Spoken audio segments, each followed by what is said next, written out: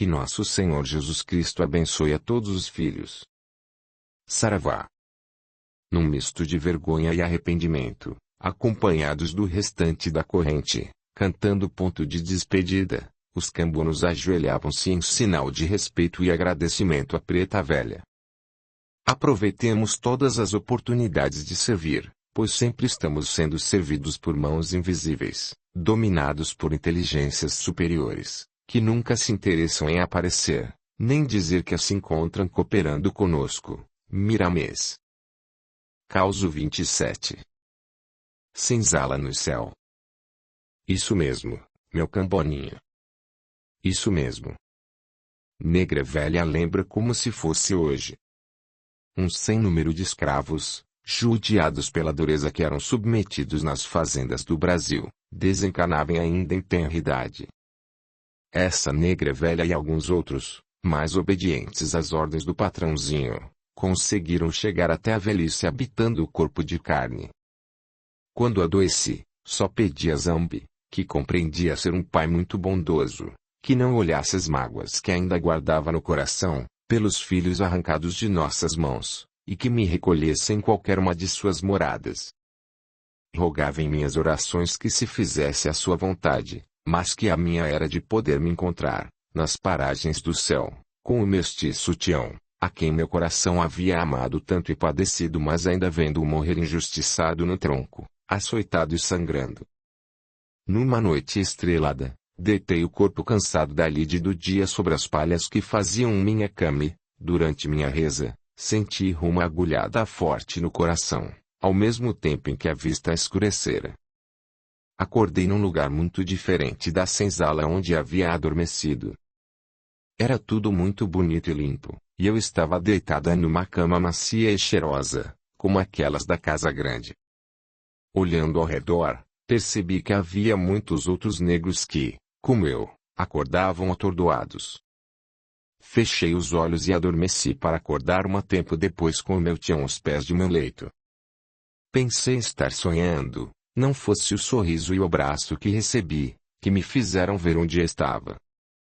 Não cabia em mim de felicidade e, tão logo me recuperei, pude visitar com ele aquelas paragens a que chamavam Aruanda. Reencontrei dezenas de negros que vi morrer na terra sob ferro quente, sob o chicote do feitor ou por causa das pestes que os faziam agonizar. Olha, camboninho, se negra velha não estivesse morta, poderia dizer que morreria de tanta emoção. Lá éramos tratados como gente e tínhamos direitos como os brancos da terra. Podíamos glorificar nossos orixás, e, em pouco tempo, alguns de nós, em caravana, desciam a terra para socorrer os irmãos que desencarnavam. Naquele tempo, haveria grande movimentação nas terras do Cruzeiro, pois seria assinado um tratado de libertação para os escravos que ainda habitavam a carne. Muitos de nós, em espírito, éramos convocados por nossos superiores a fim de auxiliar os guias de luz a defender aquela que seria a redentora.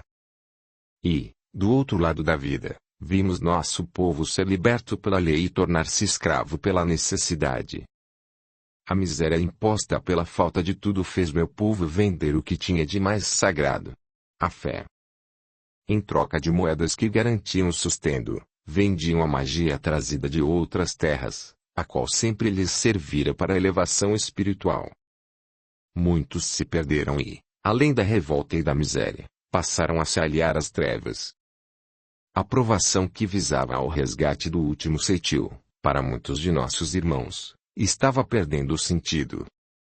O coração desta negra velha batia descompassado e, não fosse a benevolência de nossos superiores a nos instruir e pedir paciência, teria se desequilibrado diante de tanta dor pelos filhos que se perdiam na carne.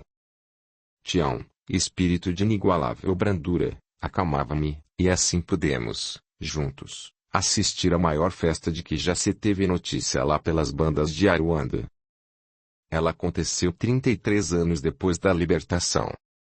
Atentos e felizes, esperávamos o momento em que o portão daquela senzala se abrisse para deixar entrar alguém que acabara de deixar o corpo carnal após cumprir sua grande tarefa no plano terreno. Os tambores anunciaram sua chegada e, Envolta numa claridade ímpar que saía de seu coração, ela desembarcava diante de nós. Era uma branca em território negro. Era uma princesa visitando a senzala. Brados de alegria eram retribuídos pelo doce sorriso e por sua aura de luz, que a todos nós envolvia como num abraço fraternal. Estava de passagem e nos brindava com sua visita. Então minha mãe conheceu a princesa. Meu camboninho. Deste lado da vida não existem majestades, todos se igualam, o preto e o branco. Só o que separa uns espíritos dos outros é a evolução alcançada, mas mesmo esta não é empecilho para que estejamos nos ajudando permanentemente. Os bons de hoje já foram aqueles que feriram e que, depois de se ferirem, aprenderam que a dor é o melhor remédio. Se a escravidão da carne nos foi dada numa encarnação é porque outrora, ignorando as leis maiores, assenhoramo-nos de direitos que não nos cabiam. Com malícia, egoísmo e orgulho, escravizamos nosso espírito, atrelando-nos a um karma pesado. Tendo sido inquisidores no passado, com o mesmo fogo com que calamos nossos irmãos, fomos marcados como animais. A princesa, da mesma forma, renasceu na terra para cumprir o que havia se omitido no passado, pois, se não lazer o mal bastasse, a evolução não se daria. É preciso e necessário realizar o bem, e este nos aguarda em cada encruzilhada da estrada. Oportunidades nos são ofertadas diariamente, cabe-nos ter olhos abertos para ver.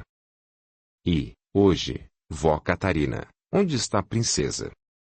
Camboninho é curioso. Negra velha já esbarrou com o espírito da Redentora pelos terreiros da vida. Isso mesmo. Entre tambores e defumações, já vimos, como qualquer um de nós que trabalhamos para Aruanda, vestir seu traje de preta velha e vir socorrer os filhos da terra. E ainda tem mais, Camboninho. Que vi médiuns se negar a recebê-la, por preconceito com os pretos velhos. Meu filho. Vê agora como são as coisas. Será que algum médium se omitiria a recebê-la se soubesse quem já fora? Ainda há de chegar o dia, meu cambono, em que os filhos de todos os terreiros terão a fé inquestionável e permitirão branquear a alma para que a luz que tanto anseia em dominar o coração dos homens possa fazer morada por aqui também. Por que as lágrimas, meu menino?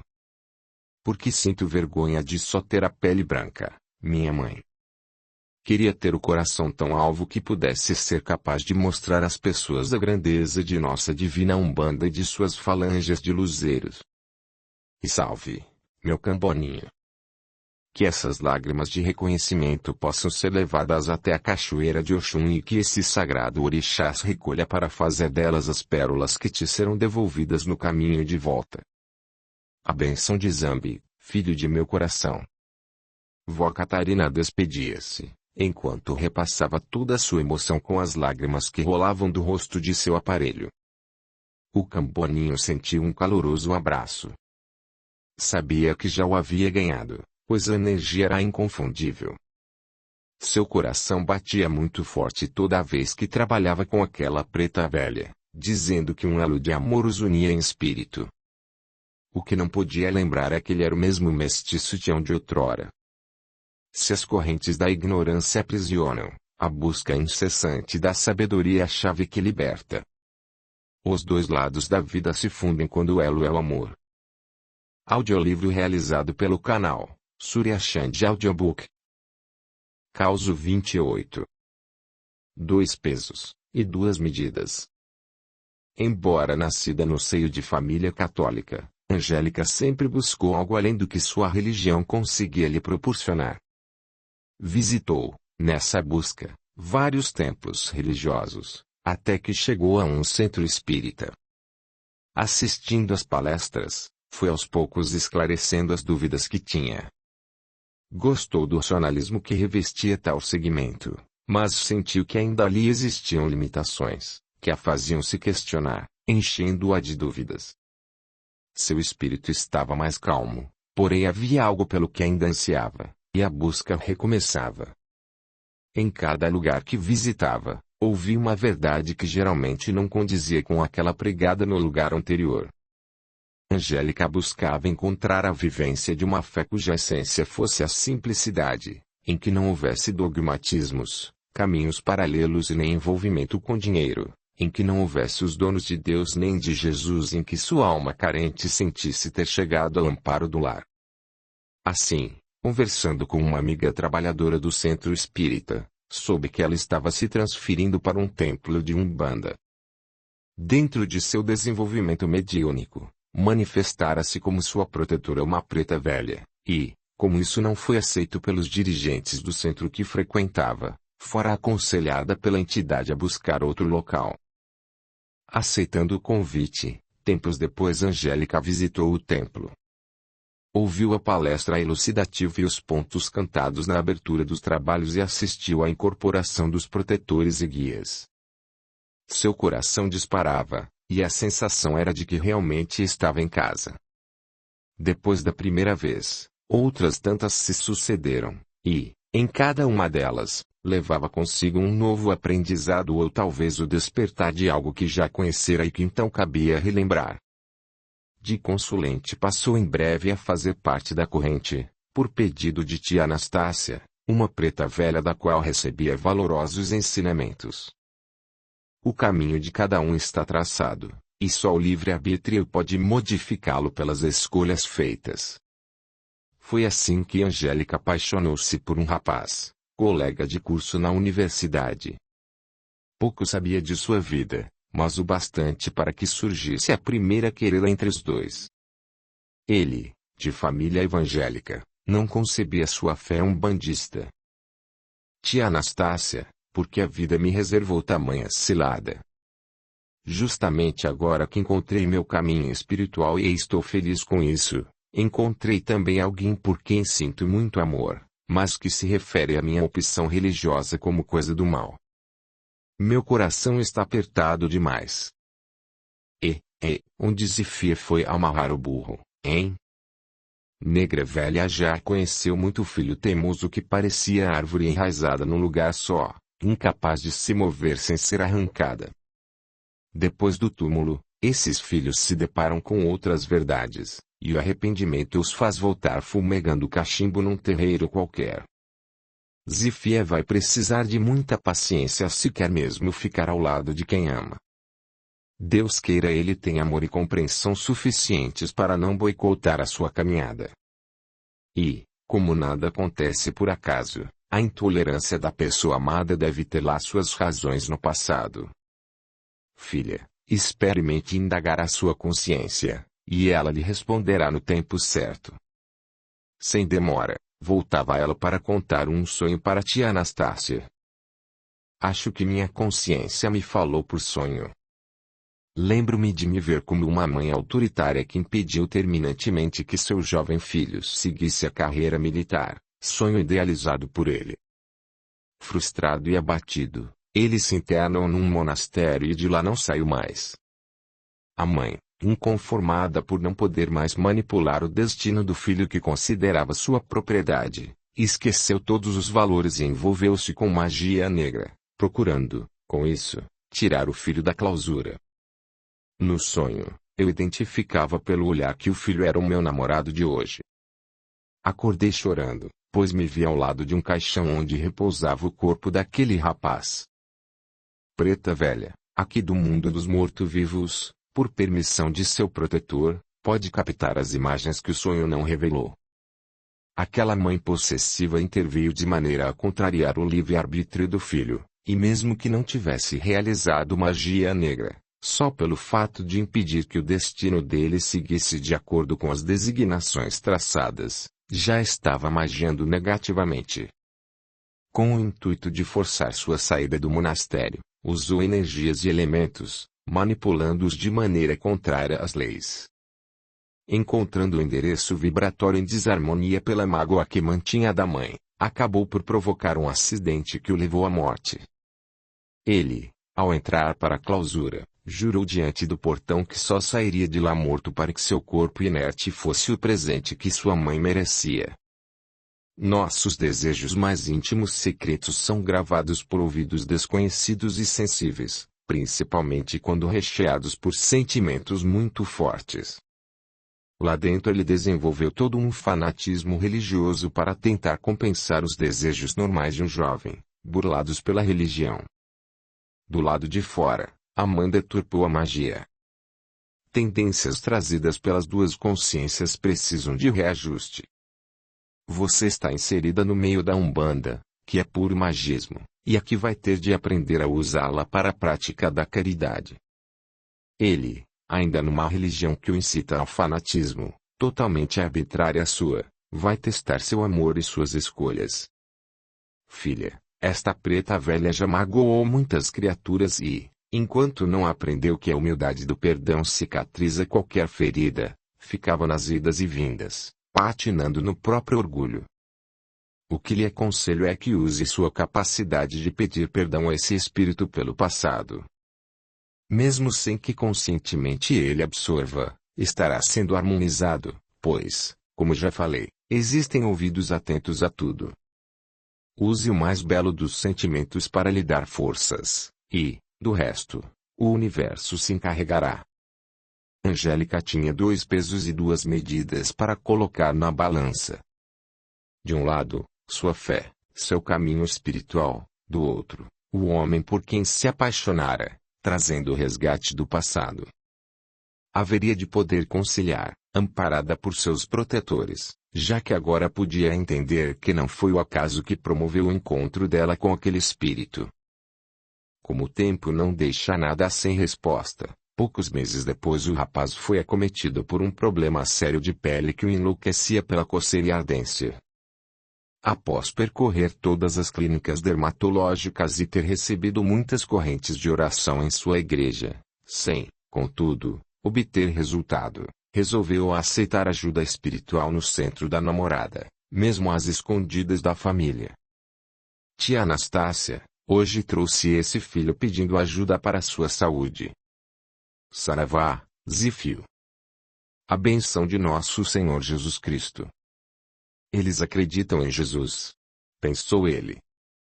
Enquanto cantarolava um ponto de descarrego e limpava a aura pestilenta do rapaz com um galho verde, a preta velha endereçava um chamamento às falanges de Omulu, curador das chagas. Se no corpo físico a doença apresentava-se como uma grosseira alergia, em seu corpo astral, que podia ser visualizado pela preta velha, havia verdadeiras chagas que purgavam como bolhas de uma queimadura. Ele nunca, em momento nenhum de sua vida, sentira tanta paz como naquele momento, naquele lugar. Nem mesmo nos momentos em que recebia a graça do Espírito Santo em sua igreja. À medida que a preta velha o benzia, a ardência e a coceira diminuíam, e sua tensa musculatura relaxava. Já não sentia mais medo daquele lugar, e uma paz invadia sua alma, como se algo houvesse se transformado internamente. No plano astral, seu corpo, em desdobramento, era tratado por amálgama constituído de fitoterápicos, somado ao ectoplasma dos médiuns que era espalhado sobre as feridas. Seu emocional era incitado a abrir as comportas de tanta mágoa retida, fazendo com que o rapaz entrasse numa catarse de choro. Sentindo-se acalentado pela entidade, recostou sem vergonha nenhuma sua cabeça sobre o colo de tia Anastácia, como faria uma criança desalentada. Na verdade, suas chagas representavam um estado de desequilíbrio emocional em que se manifestava uma tendência autopunitiva muito forte. Transformar os traumas emocionais em doenças físicas reais, como se não aguentasse mais elaborar os rígidos conceitos religiosos que o fariam se afastar da pessoa amada, tirando-lhe o prazer de viver. Punia-se, autoflagelava-se, como fizera no pretérito por causa da clausura no monastério. Não haveria como manter o preconceito depois de ver-se curado tanto do físico quanto da alma. Decidira continuar seguindo sua religião, a evangélica, porém sem se incomodar com a caminhada de sua namorada e até a compreendendo. Vez ou outra fazia algumas perguntas curiosas sobre a Umbanda e o espiritualismo e, sempre que era convidado para a gira de preto velho, acompanhava a namorada para receber o carinho de tia Anastácia. Zifia. Esse é um daqueles que veio buscar lá e saiu tusqueado. Devagar o coração do moço vai se afeiçoando, e nega véia ainda vai ser madrinha do rechonchudo bebê que um dia visitará seu cachupé. Como diz um negro velho lá das bandas de Aruanda. Só o amor salva o homem, nunca os credos ou as filosofias, porque, se os credos são dos homens, o amor é doutrina de Deus. Causo 29. Ressonância do passado. Aconselhada por seu terapeuta, Dona Augusta buscava ajuda espiritual. Muito deprimida e com insônia crônica, apresentava ideias suicida. De crença católica, visitava constantemente o túmulo de seus pais, a quem havia amparado até o final da vida terrena. Em suas últimas visitas ao túmulo dos entes queridos, havia passado mal, sentindo tonturas e uma sensação de vazio na cabeça, além de uma angústia muito grande. O atendimento de Dona Augusta foi encaminhado ao grupo de apometria, e, com a ajuda dos guias da Umbanda, seriam buscadas as desarmonias existentes nos planos etéreo, astral e mental, além de socorro aos possíveis obsessores. Assim que se abriu sua frequência vibratória, de imediato manifestou-se Pai Benedito, um preto velho que auxiliava o grupo na busca das ressonâncias do passado. Nota: apometria. Técnica anímica que designa o desdobramento do corpo astral. Ressonância do passado. Lembranças de vivência passada registrada na memória perene do ser, inconsciente, e que afloram na personalidade atual, consciente, determinando impulsos ou tendências. Esta filha está vibrando numa ressonância que se abriu a partir de suas visitas ao Campo Santo, pela culpa que traz gravada em seu mental, de um passado em que o poder e o mando lhe faziam acreditar ter direitos que não possuía. Naquela vida, era um latifundiário de posses, porém de conduta duvidosa. Para aumentar seu patrimônio, não media consequências. Certa vez, resolveu que queria comprar uma área de terra pertencente à igreja que fazia divisa com uma de suas fazendas. Recusadas todas as propostas, ameaçou os padres de transformar o próprio cemitério em lavoura se eles não cedessem, e assim o fez. Gargalhando, como um verdadeiro sádico, mandou sua gente arar o Campo Santo, destruindo todos os túmulos como num verdadeiro filme de terror. Depois juntou todas as ossadas e mandou jogar num precipício, fazendo alusão ao inferno. Naquela encarnação morreu louco, obsediado pelos espíritos que ainda se mantinham nas ossadas, além de ter absorvido, pela condição vibratória baixa, toda a maldição dos sacerdotes e de todo o povo do local. O mesmo espírito, hoje reencarnado como mulher, ao visitar o cemitério, sente culpa quando entra em contato com o quadro mórbido que criou no passado, que passa a vibrar no plano mental, trazendo ao físico as sensações de que se lamenta. Soma-se a isso a atração natural daquele bolsão de espíritos que ainda vibram etericamente, no precipício em que foram jogados, em condições de total desordem mental, em busca de seus ossos, tentando remontar incessantemente o próprio esqueleto. Em seu desdobramento, durante o sono físico, a filha, em tratamento, e atraída até o local e entra na mesma faixa vibratória, trazendo para o físico todo o desespero das entidades que lá estão culpando-a pelo sofrimento que passam e que julgam ser uma maldição eterna. Por isso está renitente em adormecer, daí a insônia. Nota: bolsão de espíritos. Local onde se mantém aprisionados por sintonia vibratória, espíritos sofredores de mesma condição mental. Após a explanação de Pai Benedito, a equipe mediúnica evocou, por meio de pontos cantados, a vibratória de Ogum, para comandar uma expedição que se faria, pelo desdobramento dos médiuns, até o bolsão localizado no astral inferior. Com o prestimoso e insubstituível trabalho dos Exus guardiões, dando segurança ao grupo, aqueles espíritos dementados foram socorridos e encaminhados às alas hospitalares do astral que davam sustentação aos trabalhos da casa. Por meio do elemento fogo, foi desmaterializado o local, transmutando suas energias para evitar que continuasse exercendo atração magnética negativa a todos os que ainda vibrassem na mesma faixa. Com a catarse necessária, manifestava-se por intermédio de um médium toda a desordem existente no corpo astral de Dona Augusta, aliviando, assim, suas emoções desequilibradas pela atuação da culpa.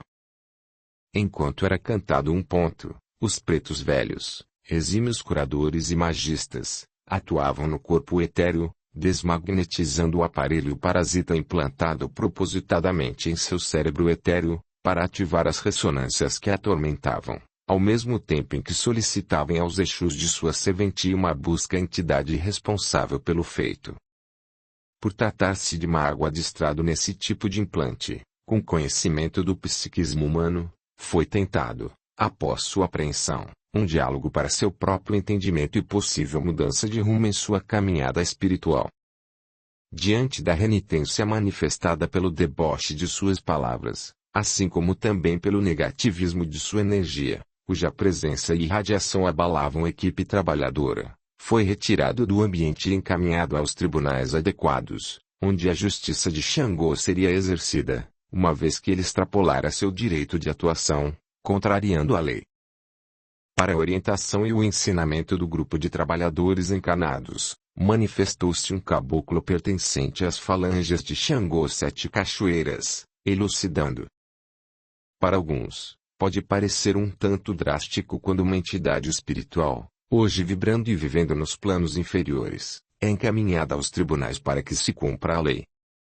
Este caboclo observa que alguns médiuns ainda julgam inadequado esse procedimento, uma vez que se trata de irmão vosso, que, mesmo agindo mal, tem seu livre-arbítrio assegurado pelas leis universais. Até aqui este caboclo concorda, mas acrescenta: nossa liberdade vai até onde começa a liberdade de nosso irmão, como também é válido não confundirmos liberdade com libertinagem. Nota: aparelhos parasitas. Engenhocas eletrônicas fabricadas e utilizadas por magos negros e seus comandados, que são acopladas nos corpos etéreo e astral dos encanados, com finalidade de comando, e desarmonia mental e emocional. Esses espíritos arraigados ao mal há séculos cristalizaram vinganças e se comprazem em escravizar tanto encanados quanto desencanados, para executar suas façanhas maléficas. Acostumados ao poder e amando, ignoram que, acima deles, existe o Supremo e sentem-se verdadeiros donos de suas existências.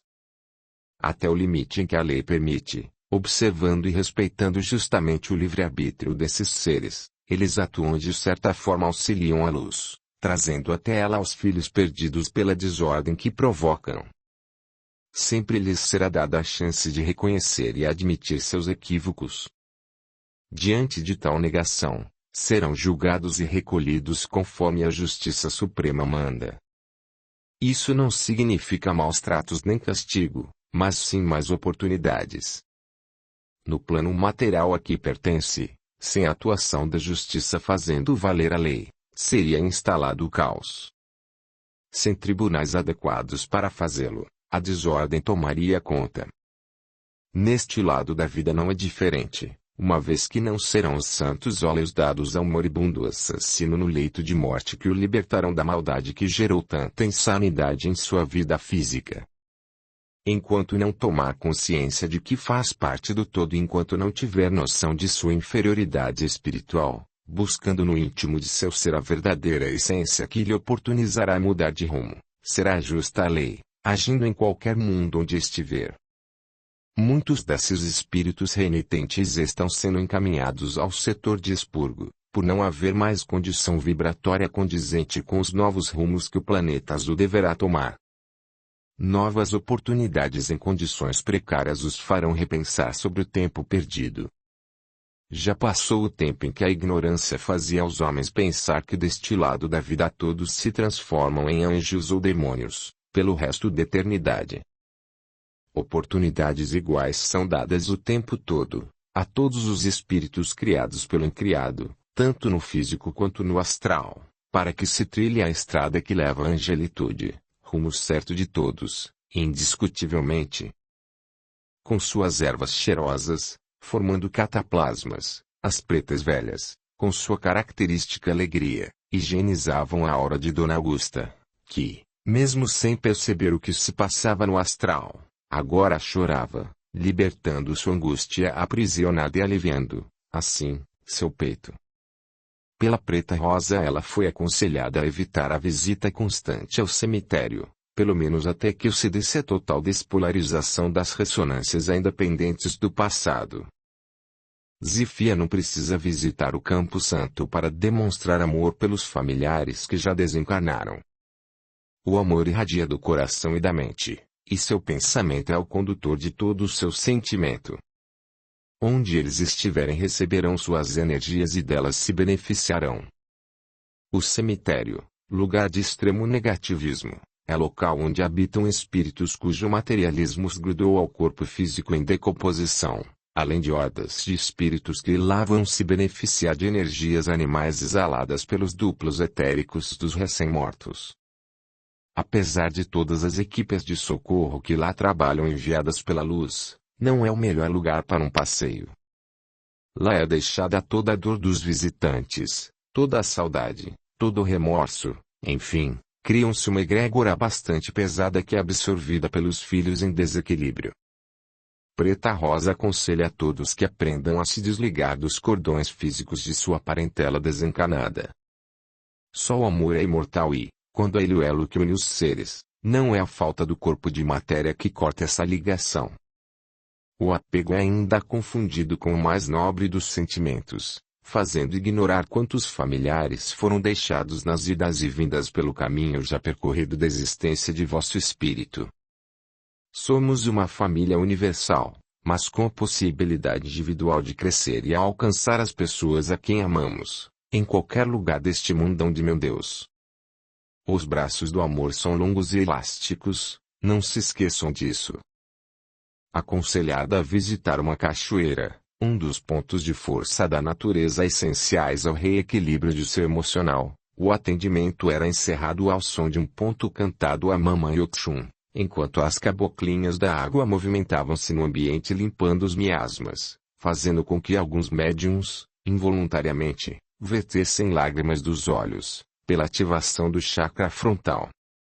Todos sentiam-se leves, pois, enquanto exerciam sua tarefa mediúnica, promovendo o socorro da irmã necessitada, igualmente limpavam seus porões, onde energias semelhantes eram dissipadas pelas catárses ali executadas.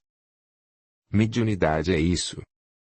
Alheia à religião, quando exercida com seriedade, responsabilidade, sabedoria e amor, é ferramenta de reconstrução, é luz nas trevas, é o próprio Cristo descendo aos umbrais, socorrendo almas. Caso 30. Quem procura acha. Buscando ajuda no grupo de apometria, Nazaré queixava-se de tudo, desde dores no corpo até desavenças com o marido. Ao se realizar a leitura de sua tela holográfica, sendo acessível aos médiums em desdobramento a visualização dos fatos que aconteciam nos planos astral e mental, para uma possível harmonização usando a técnica, foi percebido que ali estava um espírito muito renitente. Além das inúmeras influências do passado com os seres ligados à magia mal direcionada, que ainda vibravam, tinha enorme dificuldade de reformar sua maneira de pensar e agir. Como uma criança mal resolvida e mal educada, esperneava contra tudo o que contrariasse sua vontade e, de alguma forma, sempre acabava conseguindo seus intentos. Essa atitude criara em sua aura espiritual uma crosta energética densa que atraía os afins, daí sua permanente inquietude e ansiedade. Sua característica de conseguir tudo a qualquer custo havia levado, nesta vida, a buscar a ajuda de trabalhos espirituais pagos para aquietar seu marido, que, não aguentando mais suas lamúrias e cobranças, estava pensando em se separar dela. No momento em que o dirigente dos trabalhos lhe inquiriu sobre a possibilidade de ter se envolvido com magia, negou veementemente, afirmando ser uma pessoa católica e correta. Nada lhe foi cobrado sobre isso, embora o grupo tivesse a certeza do fato, confirmado pela preta velha vó Benta. Nesse primeiro atendimento, foram realizadas as limpezas energéticas mais urgentes e solicitado novo atendimento para 30 dias depois. Nesse tempo, Nazaré passou a ter sonhos em que se recordava com nitidez da noite em que, após a hora grande, aquele homem vindo de outra cidade havia realizado a limpeza em sua casa. Mesmo contrariando a vontade do marido, havia contratado por telefone aquele que se dizia pai de santo, conforme anúncio que lera no jornal. Pagará ele o suficiente para efetuar a compra de uma grande quantidade de alimentos, com a desculpa de que o material usado era caro, dizendo, inclusive, que seu trabalho era caridade. Seu sonho era recheado da lembrança tétrica daquele galo enorme preto que lá havia chegado vivo e que, após a incorporação do dito Exu, foi morto com os dentes do homem em seu pescoço, jorrando sangue para todos os lados, pelo desespero da ave que se debatia, lutando contra a morte violenta. Os urros daquela entidade e sua boca sugando o sangue quente da ave ainda viva, agora mais do que nunca, pareciam como cenas de um filme de terror em sua mente. Os móveis e paredes respingados pelo sangue só deveriam ser lavados após 3 dias, conforme a orientação da entidade. Esses pesadelos infernizaram sua vida e, antes que chegasse o dia marcado para o novo atendimento apométrico, ela se dirigiu ao dirigente e, solicitando uma entrevista, contou-lhe tudo, desmentindo-se. Orientada a se acalmar e a procurar orar e vigiar, além do exercício do perdão, ela aguardava ansiosa pela ajuda. No dia programado, sua ansiedade, um pouco mais amenizada, ainda traduzia a busca do milagre a que pensava ter direito. Após os procedimentos normais utilizados pela técnica apométrica para a harmonização do consulente desdobrado, foram reordenadas as várias ressonâncias de vidas passadas que estavam vibrando intensamente por força de sua desarmonia constante e por necessidade de reajuste, solicitado por seus protetores. Vó Benta, ao final do atendimento, manifestou por intermédio de seu aparelho para o fechamento do trabalho e para prestar esclarecimentos a Nazaré. E salve, Zífios. Nega véia, que é muito da metida, vai abrir as tramela para esclarecer uns pontecos que ainda estão meio confusos nessa história toda. Quando a espiritualidade alerta aos filhos da terra, dizendo que milagres não existem, alguns de cabeça dura e ainda acostumados a negociar com o além duvidam disso. Pois bem, o que os filhos puderam presenciar está ainda longe do que realmente ocorreu no plano astral. Quando essa filha de Camutinga, ainda endurecida, contratou o serviço daquele médium das trevas, que se dizia trabalhar para a limpeza das casas, queria que a sua vontade se fizesse mais uma vez. Em permanente desequilíbrio emocional, não percebia que ela era a maior feiticeira de seu ambiente doméstico e, demonstrando pequenez de espírito, terceirizou a culpa para uma suposta amante do marido. Isso logicamente foi incentivado como verdade pelo contratado, que agia em comunhão com as entidades que queriam se divertir e se abastecer com energia vital da ave, além da energia etílica do uísque bebido pelo farsante, durante a cerimônia. A suposta limpeza na verdade se transformou num ritual em que um número enorme da pior escória da espiritualidade se fez presente, condensando ali suas energias telúricas, deixando franjas no ambiente que vibravam até hoje. Muitos quiumbás permaneceram no ambiente por longo tempo, tentando influenciá-la a reativar o trabalho, e, não fosse a atuação enérgica de seu marido, ela o teria feito. O sangue bebido pelo médium era da mesma forma sugado pelas entidades deformadas e rastejantes que lá se encontravam, fortalecendo-as para que pudessem permanecer semimaterializadas na crosta terrena. Imaginem os filhos que tipo de limpeza foi feita então. Por outro lado, esse médium que se dizia umbandista, além de sério comprometimento com as trevas, estava, com esse trabalho nefasto, disseminando o mal, quando poderia procurar se instruir e trabalhar para a luz. Ele denegriu, com isso, o trabalho sério de tantos médiums e templos que servem à lei maior. nega véia precisa dizer para essa filha que busca ajuda aqui. Se continuar teimosa desse jeito, pouco vai adiantar tudo de bom que recebeu aqui neste lugar. Sua mudança de atitude em relação à vida é o remédio que vai curar suas dores de cabeça, sua depressão, e harmonizará seu lar. Tem um medicamento que vou receitar para a filha, e deverá tomar toda a noite antes de dormir. É este aqui, filha. Mostrando o evangelho que estava sobre a mesa de trabalho, a preta velha sorriu e continuou. Recomendo que mastigue um capítulo por noite, mas bem mastigadinho. Não pode engolir inteiro, tem que sentir o gosto, e lhe garanto que é bem doce. Depois pode dormir tranquila, pois não dá indigestão. Quando terminar, recomece, até que os sintomas desapareçam. Para uma mente endurecida, ainda era complicado ouvir e, sobretudo, tentar assimilar tais mudanças. As verdades doíam, quase a violentavam, tamanha era a cristalização do negativismo em que se encontrava. Muitas noites seriam necessárias ainda para que, em desdobramento, fosse elucidada amorosamente por sua protetora, que já fora sua mãe e que, agora agradecida, reverenciava o grupo apométrico pelo auxílio àquela filha tão querida. Quem procura sarna tem que se coçar, já dizia um negro velho sabido lá da senzala nos idos do antigamente. E ele sempre nos mostrava, ainda éramos crianças, o cachorro do feitor, que, embora mais bem alimentado do que os negros, quando era atacado pela sarna, pelejava e enfeiava também. E era com as ervas do negro velho que vinha se curar, nem que depois fosse ele mesmo ajudar a rastrear escravo fujão, levando-o pelos dentes até o tronco para ser castigado.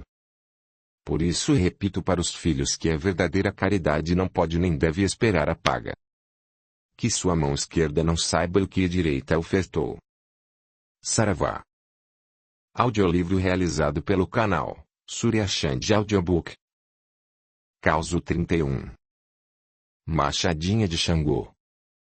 Naqueles campos do sul, o vento minuano soprava com tanta intensidade naquela noite de inverno que, ao bater nas janelas do rancho humilde à beira da estrada, parecia procurar uma fresta para se agasalhar no fogo do lampião. Os poucos cobertores que tinham cobriam os meninos, enquanto a mulher andava de um lado para outro, tentando se aquecer e disfarçar as dores, esperando o dia amanhecer para só então chamar Dona Belinha, que morava perto do ribeirão, meia hora dali. Sabia, pelas dores, que a hora do parto se aproximava e, mais uma vez, estava sozinha. Fora assim com os outros dois filhos, pois seu marido trabalhava na fronteira, longe dali. Porém, dessa vez, era noite, chovia e fazia muito frio. As dores aumentavam, assim como seu desespero, quando se lembrou da santinha. No canto da casa havia colocado uma prateleira com a imagem de Nossa Senhora Aparecida, que ganhara lá no terreiro de Umbanda, de uma preta velha, quando, no ano anterior, foi até lá com Dona Belinha buscar um benzimento para os meninos. Acendeu a última vela que guardava para uma emergência e, fechando os olhos, rezou com toda a fé de seu coração, pedindo que a criança nascesse somente ao clarear do dia, com a presença da parteira. Sentiu-se estranha, como se seu corpo estivesse muito leve, e sentiu uma sonolência atípica. Para evitar que adormecesse ali sentada, deitou-se e, após uma contração bem forte, viu que havia chegado a hora. A bolsa d'água rompera. Ela mordia o travesseiro para evitar acordar os meninos com seu grito de dor. De repente, o quarto havia se iluminado, e, virando-se, viu Dona Belinha, a parteira, com o lampião aceso. Mesmo sem saber se era imaginação ou realidade, acalmou-se e deixou tudo por conta dela. Após mais duas contrações fortes, nascia o menino, que era envolvido por um pano branco nas mãos da parteira. O cansaço fez com que ela adormecesse, sentindo-se confortável com a criança conchegada ao seu lado. Acordou pela manhã com as batidas na porta do casebre. Abra a porta, filha, era a voz de Dona Belinha, atendida pelas crianças. entrando no quarto e vendo a mulher com a criança ao lado, espantou-se. Nossa Senhora! Como foi isso, mulher? Quem fez o parto? Sem entender nada, ela sorriu e disse. Ora, quem? A senhora. Eu. Como será? Estou chegando agora. Vim porque sonhei contigo e pensei que estivesse precisando. Dona Belinha, por favor, a senhora fez meu parto, sim. Esqueceu-se. Veio de madrugada com um lampião, trouxe até um chá. A essa altura a parteira estava pensando que a mulher não estava em seu juízo normal. Tratou de fazer logo umas charopadas e verificar se ela não estava febril. Com a criança, logo viu que estava tudo bem. O umbigo havia sido cortado de maneira correta, o menino estava limpo, bem vestido e alimentado. A mulher, por sua vez, compartilhou do mesmo pensando da parteira. Deve estar caduca, por causa de idade avançada. E assim passou algum tempo, quando, juntas, foram ao terreiro de Umbanda para tomar um passe e pedir a benção da preta velha para a criança. Saravá, Zifia. Nega véia tá muito contente por ver que foi tudo bem no parto. Foi, minha mãe. Apesar de tê-lo feito sozinha, dizia Dona Belinha para a preta velha. Sozinha coisa nenhuma. Neguinha estava muito bem assistida, e, embora as duas não tenham entendido nada do acontecido, posso garantir que eu sei o que aconteceu. As duas olharam-se desconfiadas. Todos os filhos estão sempre assistidos conforme seu merecimento. Nenhuma mãe que vai parir estará desamparada pela assistência divina, e nós, que pertencemos às bandas da Aruanda e já trabalhamos como parteira dos negros na senzala, embora num corpo de morto, ainda puxamos muita criança para fora do ventre. Naquela noite, insistimos com a dona parteira, intuindo para que fosse até a casa da filha, mas, por causa do tempo feio, ela esperou o dia clarear. A criança, pelos desígnios maiores, precisava nascer naquele momento, naquela hora adequada às suas necessidades encantatórias. Por isso, quando Dona Belinha adormeceu e, mesmo não se lembrando, em desdobramento foi realizar o parto. Não foi sonho de nenhuma das duas. Existem coisas que ainda estão além do entendimento dos filhos encarnados, mas que se fazem rotineiros do mundo dos mortos. Sem entender quase nada da explicação, pela limitação cultural das duas mulheres, preferiram acreditar que uma estava confundindo a outra com histórias mal contadas. Aqui está um filho de Xangô e Yansan, forte, decidido e que nasceu durante a tempestade, quebrando com seu machado aquilo que os filhos definem como normal. Há de ser um raio de luz naquela vivenda e trará muitos ajustes incondicional, pois tem uma missão grandiosa na terra. Sua palavra será um trovão, e seu machado avançará cortando mironga por esse mundão afora. Mais uma vez as duas mulheres não conseguiam entender quase nada. Só agora, já no mundo dos mortos, Dona Belinha sorria faceira vendo aquela criança crescida e estudada, vestindo sua toga preta, ajuizar as causas em favor da justiça, dando como última a sua palavra, que era um trovão inconfundível. Em noites designadas, trocava a toga preta pela roupa branca e, de pés descalços, dava passagem ao seu caboclo Xangô Caô, atendendo numa tenda de Umbanda. Causo 32. Um pai velho. Sentado em seu toco, aquele pai velho aguardava seu menino chegar.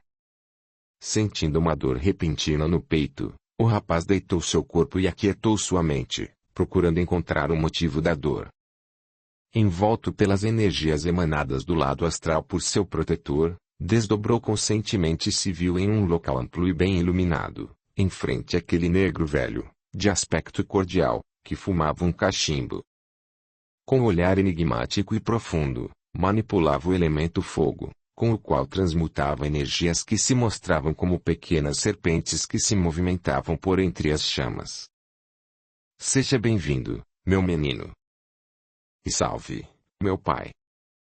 Pai velho o trouxe até sua dimensão, de maneira consciente, para que, lembrando-se do fato, possa dar início de uma vez à parceria que já tarda. Dessa vez nos comprometemos a trabalhar nas lides da Umbanda, remexendo na magia, para que, ressarcindo o passado, possamos retornar ao caminho traçado outrora. O filho, de racionalidade extremada, pelos medos gravados no inconsciente, até então tem me barrado a comunicação. Mas a bondade divina me permitiu, de certa forma, forçar pelos meios que nos faculta a magia do bem para que, nesse estágio de sua vida, pudesse abrir o emocional, acalmando o coração. A pequena dor no peito que o fez aquietar, ou melhor, o amor que o vem fazendo desbloquear os sentidos e as energias, foi a ferramenta usada por este preto velho, que tem uma ligação de extremo amor pelo espírito do filho. Desarmado fica mais fácil, não é? Com o coração aberto, com a mente mais esclarecida, é hora de colocar em ação no plano físico o longo preparo que realizamos no astral. Preciso de seu aparelho e, independentemente da forma como isso vai se dar, o rumo é um só. A magia. Estalando os dedos, pai velho acionou a memória ancestral de seu protegido, mostrando que outrora haviam sido pai e filho. Numa época em que Herodes exigia um arquétipo físico quase animalizado, nascera, justamente do chefe da tribo, um menino frágil. Quando isso acontecia, era permitido pela lei local que o casal optasse pela morte da criança, para evitar que ela sofresse por não ter o aspecto brutal idealizado pelos pais para seus filhos varões, que seriam os futuros guerreiros. Aquele amontoado de músculos que faziam do chefe um guerreiro destemido, no entanto, não escondiam o ser agraciado por um coração justo e sensato. Ao ver o frágil menino que sua companheira parira, não conseguiu se isentar do imenso amor que aquele ser minúsculo acendia em sua alma. Sábio, buscou aconselhamento com o feiticeiro da tribo e, sabendo que ali estava um espírito especial, recebeu e deu-lhe o direito à vida. Meu espírito endividado nascia correndo todos os riscos de não ter a chance de ser recebido naquela encarnação. Não fosse o amor de seu coração, filho, em muito teria atrasado minha caminhada. Foi derradeira para mim aquela oportunidade, quando, em detrimento do físico, desenvolvi o mental. Formou-se então nosso elo, e meu compromisso para com você. Em outras idas e vindas sempre nos auxiliamos, seja juntos na matéria, como parceiros no astral, seja nos resgatando mutuamente nas caídas inevitáveis. E assim, meu menino, mais vezes este espírito bate à sua porta pedindo para que seja aceito. Vá em paz. Ao retornar, a dor no peito desaparecera, assim como a figura do pai velho que sumiu à sua frente como fumaça. O que ficou foram a certeza de que havia um trabalho a ser feito e a alegria de saber estar protegido por um amor tão grande. Causo 33. A imagem. Saravá, minha preta. Estou aqui trazendo a imagem de Nossa Senhora Aparecida para que a Senhora possa abençoá-la. É a santa de minha devoção, e já fiz até um altarzinho para ela em minha casa, onde ouro e acendo minhas velas com os pedidos de ajuda para as pessoas. Sabe, minha preta, eu sou benzedeira porque herdei esse dom de minha avó. E é a santinha preta quem invoco em minhas benzeduras. Sem tempo para que a preta velha respondesse qualquer coisa para a mulher que desenrolava de um papel branquinho a imagem da santa, o dirigente daquele templo, avisadas pelo cambono, dirigia-se até ela e bradava solene. Com licença, minha mãe. Minha senhora, aqui neste terreiro, como a senhora pode observar, não temos imagens de santos. Aqui professamos a Umbanda sem sincretismos e não acreditamos nos santos católicos, por isso pedimos que a senhora dialogue à vontade com a preta velha, sem realizar, contudo, seu pedido de benzer a imagem. A mulher, desconcertada, olhava para a médium incorporada e para o dirigente, tentando entender, enrolando no papel outra vez a imagem. A preta velha, por sua vez, manifestou-se ao dirigente. E salve, Zifio, suas ordens são a lei da casa, e a preta velha que só vem aqui para trabalhar resta acatar. Se me permite, vou atender a filha agora. A preta velha abençoa a filha por estar prestando a caridade, benzendo os doentes e necessitados, e fica muito feliz por saber que aceitou a missão, herdando os ensinamentos de sua avó. Nesses tempos modernos em que tudo é resolvido rapidamente pela química e as pessoas acreditam muito pouco naquilo que vem da natureza, é uma bênção encontrar uma moça nova que se sujeite a esse tipo de auxílio. Fico feliz também, Zifia, porque você é devota de Nossa Senhora Aparecida, a padroeira de nossa amada terra Brasil. A imagem da Santa Preta, misteriosamente encontrada nas redes de pesca, não foi por acaso. Para um país onde a religião oficializava um credo específico e direcionado, impedindo que os negros escravizados tivessem direito sequer à própria vida, quanto mais a professar sua crença, e onde os senhores impunham como lei que os de pele negra não possuíam alma, não seria o acaso que entraria a imagem da Virgem idolatrada por essa casta, na cor negra. A suprema inteligência divina usa de meios simples e objetivos para mostrar aos filhos da terra que o amor dele é tão magnânimo que ultrapassa a todas as barreiras criadas por nossos egos. Por meio da imagem, o Pai quis dizer aos filhos que a própria Virgem, mãe de Jesus, revestia-se da pele negra, mostrando o que o exterior não demonstra o que se leva no coração. Quanto à sua santa filha, a preta velha, que não tem os preconceitos dos filhos da terra, abençoa a imagem, condensando nela energias de cura, as quais serão emanadas aos filhos de fé que buscarem diante dela saúde e proteção. Saravá, minha preta. A senhora aliviou meu coração, pois já estava pensando que fazia algo errado. Vá em paz, filha. Continue a exercer sua missão, que é tão mais nobre do que a de tantos outros filhos que se atêm a normas em detrimento da fé. Saravá, e que a Mãe Preta possa protegê-las sempre nessa caminhada. Depois de outros atendimentos, a preta velha solicitou ao Cambono que chamasse o dirigente da casa, a quem aconselhou amorosamente com as seguintes palavras. Esta negra véia não está aqui para modificar nada, muito menos as normas estabelecidas no plano material pelos filhos que dirigem tão bem este templo.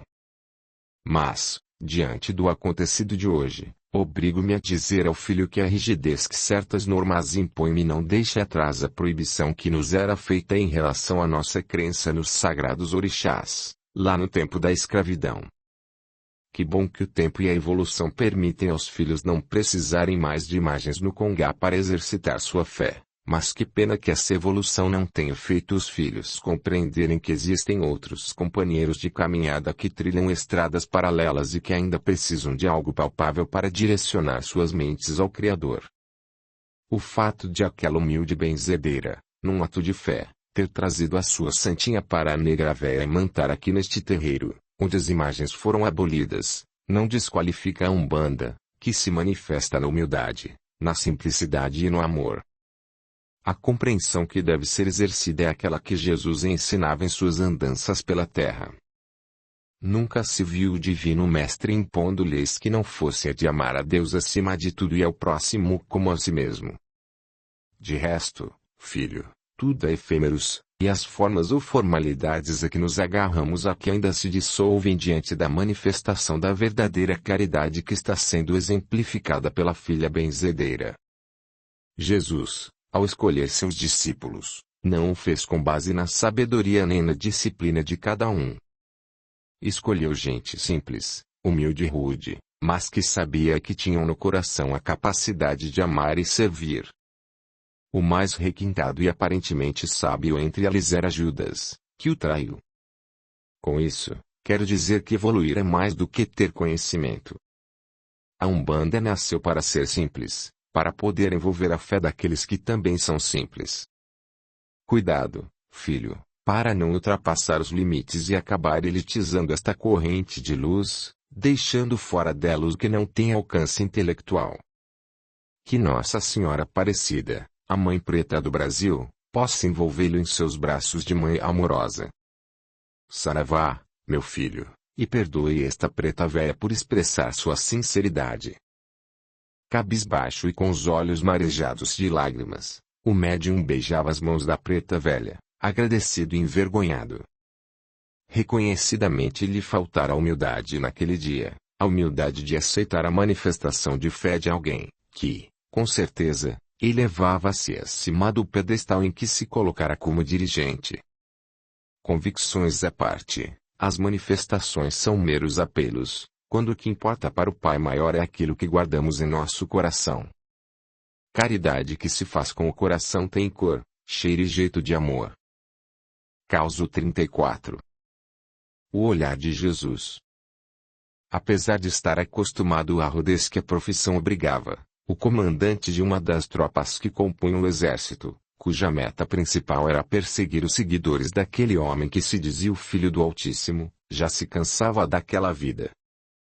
A idade lhe roubava as forças, e, diante de tantos relatos dos milagres do meio do povo, já não sabia se aquilo lhe instigava mais ódio, motivando-o a continuar com a perseguição, ou se algo naquele homem misterioso mexia com sua alma endurecida. Seus sonhos eram perturbados constantemente pela presença daquele homem que nem conhecia e de quem só ouvira falar. Perturbado, acordou naquela manhã decidido a invadir o local onde se reuniriam, no final do dia, o homem e seus seguidores. Chegando com sua tropa próximo ao local, pôde ver que muitos aleijados, mulheres e crianças, além de homens simples, encaminhavam-se para a beira do lago. A euforia tomava conta de seus rostos e nem a presença da tropa armada os influenciava a retornar ao Pará. O comandante, à medida que se aproximava, foi sentindo taquicardia e pensou estar beirando a morte. Também por isso avançou mais decidido ainda, pois, se morresse naquele instante, pelo menos teria cumprido o ato heroico de primeiro entregar aquele homem, que considerava fora da lei, aos seus superiores. As pessoas pareciam ignorar a presença dos soldados e, atentas, ouviam Jesus falar sobre um reino onde a justiça existia e o amor imperava. Abrindo caminho entre a multidão e a poucos metros de Jesus, o comandante abriu a boca para dar voz de prisão, mas nada pronunciou, pois suas mandíbulas travaram, e, quando o homem a quem perseguia levantou os olhos de encontro aos seus, ele cegou. Aquele olhar se direcionou a ele como uma luz tão intensa que seus olhos escureceram e ele tombou do cavalo, sendo socorrido por seus soldados. Não foram só seus olhos que receberam a luz daquele homem. Em choro convulsivo, ele drenava do peito a culpa e ordenava ao seu exército que se retirasse dali. A dor que sentia não era em seus olhos, mas em seu coração. Aquele olhar o havia cegado para o mundo físico e aberto sua visão interior, em que a escuridão invadia, já por toda uma vida. Desnorteado, desligou-se do exército e se recolheu a uma caverna, vivendo a pão e água. Apesar de sua rigidez, era muito estimado por vários de seus soldados, principalmente por um a quem confiava suas ordens mais secretas.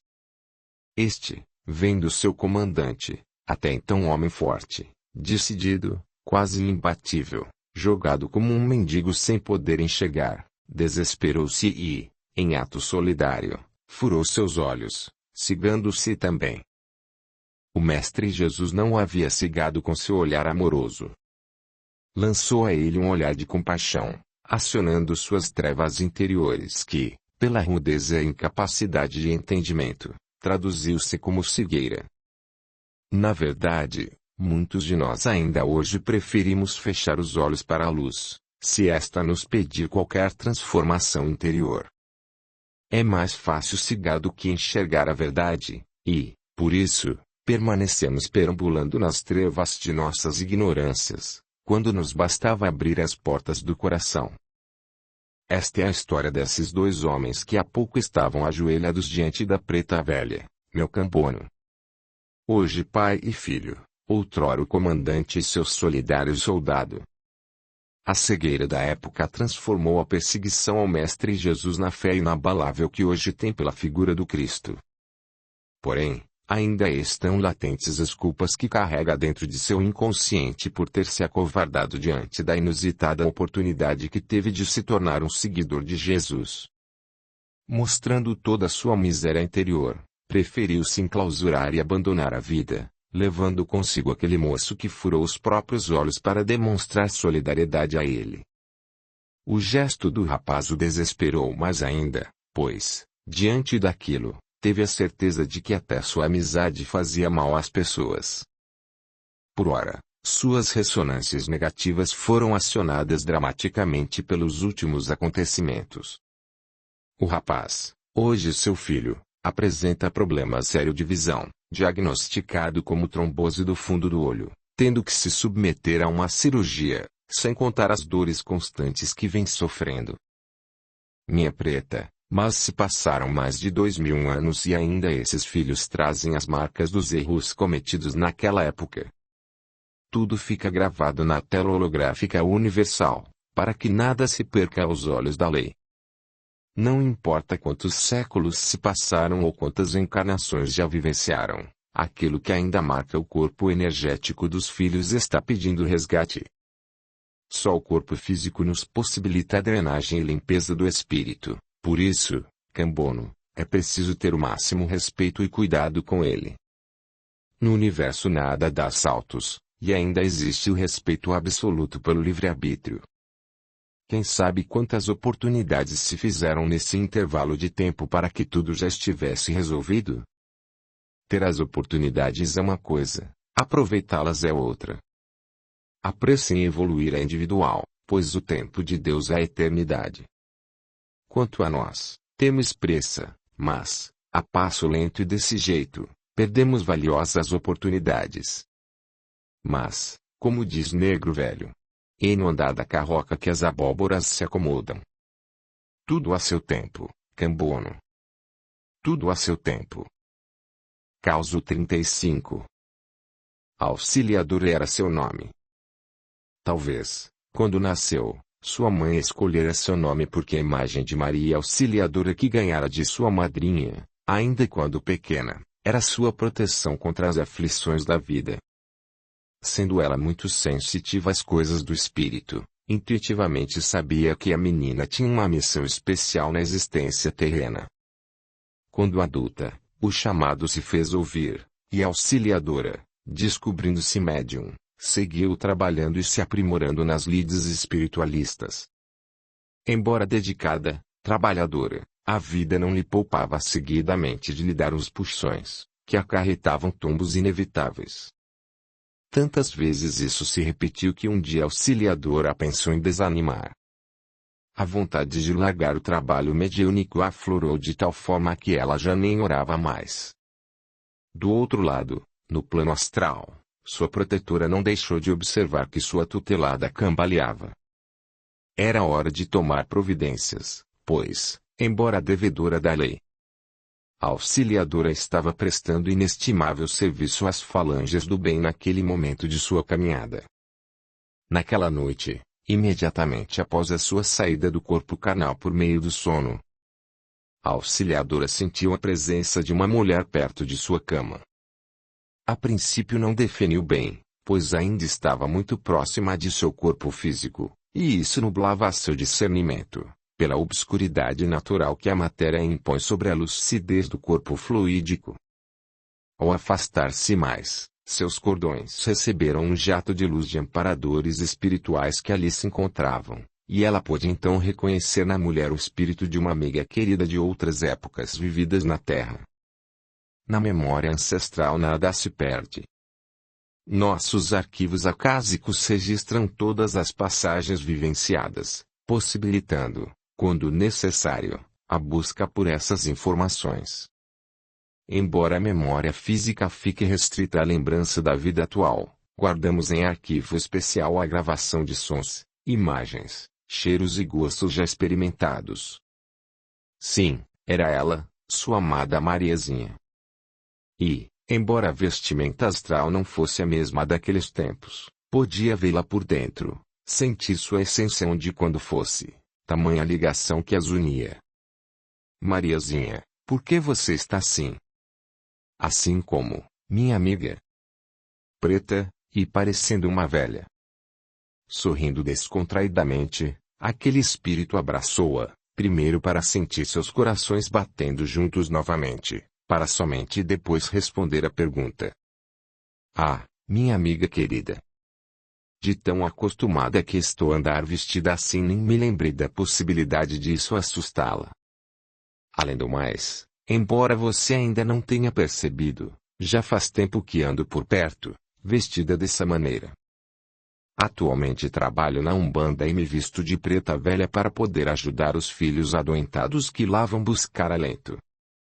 Na Umbanda? Sim, na Umbanda. Algum preconceito? Não, mas... Observando a mudança energética, pelas cores expelidas de seu corpo astral, Mariazinha, espírito experiente e bondoso, soube naquele momento que havia, por parte de Auxiliadora, algumas restrições em relação à sua citação. Amiga querida, há tempos a venho observando, pois, embora até hoje nada tenha revelado a tua consciência física, quero que se lembre do que vou lhe falar quando acordar pela manhã.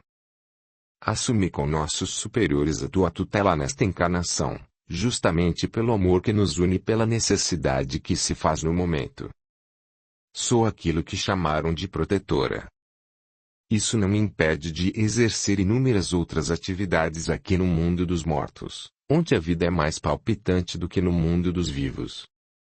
Escolhi Umbanda para trabalhar, porque, assim como você, em certa altura do caminho me distraí e errei a fórmula, confundi os ingredientes da receita, e o resultado foi um bolo abatumado. A preta velha, enquanto falava, acionava na memória de Auxiliadora a lembrança de um tempo em que ambas deveriam ter curado as criaturas, mas em que, por ganância, orgulho e vaidade, usurparam da sabedoria e da oportunidade recebidas do Criador, em proveito próprio. Reacendida a memória, ficava mais fácil entender. Sua tarefa com os necessitados tem sido exemplar. Sua dedicação ao serviço mediúnico é motivo de alegria para nós que a orientamos. Mas nada pode ficar estagnado, se não apodrece. Dessa forma, a primeira etapa de sua caminhada findou, por isso sente desânimo. Porém, amiga querida, já nasce um novo dia, e o sol desponta. Começa para você agora um novo aprendizado e um novo tempo, mas é preciso que mude os rumos de sua caminhada. Tanto eu quanto você temos um comprometimento juntas. Vai e aprenda sobre a Umbanda, juntando tudo o que já aprendeu na seara espírita, pois é preciso que em breve possa dar passagem a essa amiga. Quando então, sentadinha no toco, vai acalentar e curar. Temos uma parceria a cumprir. Mas como vou fazer isso? Tenho que mudar toda a minha vida, meus conceitos, e, inclusive, a casa onde trabalho não aceita os espíritos da Umbanda. Audiolivro realizado pelo canal Surya Chand Audiobook. Sorrindo novamente, a preta velha acariciou suavemente a mão da moça e prosseguiu. Filha querida, não existem espíritos da Umbanda. Deste lado existem trabalhadores que atendem às necessidades dos filhos da terra, independentemente de religião ou crença. Quando conseguimos compreender que o caminho que leva ao Pai é um só, não rotulamos mais nada nem ninguém, apenas trabalhamos. O amor é o único ingrediente. Se a casa onde presta a caridade não aceitar seu trabalho, sem mágoas ou julgamentos, batem outra porta, e em quantas for necessário, mas prossiga e cresça. Se nenhuma porta se abrir, mesmo assim prossiga, e, observando as palavras de nosso Senhor Jesus Cristo, onde houver dois ou mais reunidos em meu nome, ali estarei. Junte outros irmãos de boa vontade na estrada e abra a porta de sua alma, forme a sua casa, que lá estaremos para lhe dar amparo e proteção. Ao acordar pela manhã, com a sensação de estar ouvindo um ponto cantado, desses que se ouve nos terreiros de Umbanda, a Auxiliadora lembrava-se de todo o diálogo. Ainda sentia o cheiro das ervas com as quais a amiga havia benzido a altura do coração. Sentia paz, mas, ao mesmo tempo, estava apreensiva. Como seria isso? Abrir uma casa de umbanda. Receber preto velho? Ela não conhecia nada disso, ou será que conhecia? Depois do sonho, a busca por literatura sobre o assunto se tornou um ritual sagrado, e a cada uma delas parecia que só se abriam arquivos de informações já gravadas. Reacendia nela a fé, a vontade que há dias estava amortecida. Um novo projeto se desenhava em sua vida, e, amparada pela espiritualidade, passou a deixar que a preta velha atuasse ou se manifestasse em seu trabalho na casa espírita. De início, as mensagens eram enviadas como se fossem de um mentor da casa, e, à medida que chegavam, eram testadas pelo diretor da casa, que comprovava a credibilidade do espírito manifestante. Numa sessão ela veio, deu uma mensagem mais universalista e falou que, a partir daquele dia, sua médium precisaria continuar sua caminhada em outra seara. Em pouco tempo abriu-se uma porta para recebê-la em um terreiro de umbanda, e ali começaram seus problemas. A família, que já não engolia o espiritismo, agora enlouquecia com a notícia. A discriminação ignorante das pessoas fez com que alguns vizinhos a temessem a partir daquilo, e muitos amigos a abandonaram. Fortalecida pela fé, tentou ignorar toda essa egrégora negativa que se formava ao seu redor para trabalhar em prol da caridade. Mas, após algum tempo, sentindo-se só, perguntou à sua protetora por que lhe era tão caro cumprir sua missão. Amiga querida, às vezes ficamos sozinhas no campo de batalha até que cheguem novos soldados para nos auxiliar, mas isso não significa derrota. Basta acreditar e não deixar que o medo nos assuste. Quem hoje mais discrimina e fere sua alma em breve será seu aliado. Para tanto, mostre o valor da causa abraçada, exemplifique. Cabe a você mostrar que eles estão errados em seus pré-julgamentos. Se foi preciso entrar na Umbanda, isso não desmerece todo o magnífico trabalho desempenhado no Espiritismo até então. Pelo contrário, ele foi sua base sólida. O passado exigiu de você que voltasse a mexer com magia, e hoje isso vem para curar. Cada um está em seu devido lugar, no devido tempo, por isso, às vezes, precisamos mexer nas pedrinhas, mudá-las de lugar, para que não se crie limo, para que haja renovação. Confiante nas palavras da preta velha, seguiu adiante, sabendo que o exercício de sua mediunidade não a isentaria das pedras nem dos tombos do caminho, mas certa de que não lhe faltaria força e proteção para superar tudo isso. Hoje a auxiliadora completa 80 anos e coleciona também sabedoria. Sabedoria que recebeu de seu contato com a preta velha e com todos os outros guias da Umbanda com quem trabalhou. Nunca se casou, não teve filhos paridos, mas perdeu a conta do número de filhos do coração que angariou. Sabe que em breve deixará seu corpo carnal para se juntar à amiga querida, Mariazinha, lá nas bandas de Aruanda. Até lá, continua semanalmente sentadinha em seu toco, fumegando seu pito e cumprindo sua missão. Seu nome é Auxiliadora, não me perguntem o porquê. Causo 36. Ambrósio. Ao irradiar suas vibrações sobre a médium, a primeira manifestação daquela entidade provocou uma reação catártica de tremores involuntários nos membros, aos moldes de um portador do mal de Parkinson. Após desenvolver sua atividade com o consulente, apresentou-se ao dirigente com o nome de Ambrósio, contando sua história. Nota: o mal de Parkinson é causado pela diminuição dos neurônios produtores de dopamina, substância que permite a comunicação entre as células nervosas. A perda de células que produzem o neurotransmissor dopamina é que causa os tremores involuntários. Há bastante tempo no calendário terreno, vivi como um negro, em terras brasileiras, descendente de escravos africanos já em sua segunda geração, trazendo em mim um ódio latente pela raça branca e pelo poder econômico que ela exercia sobre os negros menos favorecidos. Meu sentimento desregrado fez com que me voltasse para o lado escuro da magia, cometendo muitos desmandos usando o ritual voodoo. ligado a entidades espirituais do baixo astral. Era fortemente intuído ao aprendizado alquímico e formulei uma mistura com algumas ervas venenosas, as quais injetava nos bonecos que me serviam como endereço vibratório, à altura da nuca, enfeitiçando-os. A criatura visada, se receptiva energeticamente, passava a perder a coordenação motora, produzindo em sua musculatura movimentos rígidos e lentos. Diante desse quadro, muitas vítimas perderam sua autoestima, a ponto de provocarem a própria morte. Quando desencarnei, obviamente me deparei com aqueles que escravizei no mundo espiritual, bem como com o ódio que plantei em vida, e permaneci em lugares de muita dor até que se esgotasse toda a densidade acumulada em meu corpo astral.